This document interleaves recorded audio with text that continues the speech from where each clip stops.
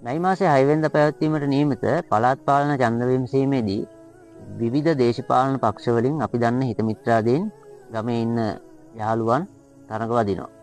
එහෙම තරඟ වදින්න තියෙන ප්‍රජාතන්ත්‍රවාදී අයිතිවාසිකම අපි අනිවාර්යෙන් පිළිගන්න ඕනේ. ඒ වගේම තමයි මේ මැතිවරණයේදී මිනිස්සු තේරුම් ගන්න ඕන මේ කණ්ඩායම් වලින් ඉදිරිපත් වන දේශපාලන කණ්ඩායම් නියෝජනය කරන්නේ කාගේ පැත්තද කියන එක සම්බන්ධව.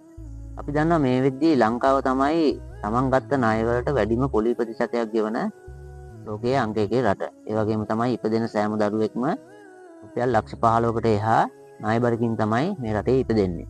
එහෙම තත්ත්වයකදී එහෙම මේ රට තත්ත්වයකට ඇදලා දාපු නිසා තමයි පරණ දේශපාලන කණ්ඩායම් ප්‍රතික්ෂේප කළා අලුත් දේශපාලන බලවේගයකට මේ රටේ පාලනය මිනිස්සු බාර දුන්නේ. එතකොට අපිට පේනවා ආර්ථික අර්බුදයත් එක්ක ජාත්‍යන්තර මූල්‍ය අරමුදලේ පරණ ගෙනාපු වැඩපිළිවෙලම මේ අලුත් ආණ්ඩුවත් ඉදිරියට අරන් යමින් තියෙන සේයාවක්. ඒක නිසා තමයි මිනිස්සුන්ට යම්කිසි මට්ටමකින් රික්තකයක් ඇති වෙලා තියෙන්නේ මොකද්ද මේ සිද්ධ වෙන්නේ කියන එක සම්බන්ධව. හැබැයි මේ පළාත් පාලන ඡන්ද විමසීමේදී මිනිස්සු සංඥාවක් දෙන්න ඕන ආණ්ඩුව මිනිස්සුන්ගේ පැත්ත නියෝජනය කරන්නේ නැත්නම් අපි ඒ සම්බන්ධව අවධානයෙන් ඉන්නේ කියන එක සහ පරණ දේශපාලන කණ්ඩායම් මේ රට ආර්ථික අර්බුදයකට ඇදලා දාපු විදිය ඒ කරපු ක්‍රියාකාරකම් අපි අමතක කරන්නේ නැහැ කියන එක සම්බන්ධව සංඥාවකුත් මේ මැතිවරණයේදී මිනිස්සු ලබා දෙන්න ඕන කියන එක තියෙනවා.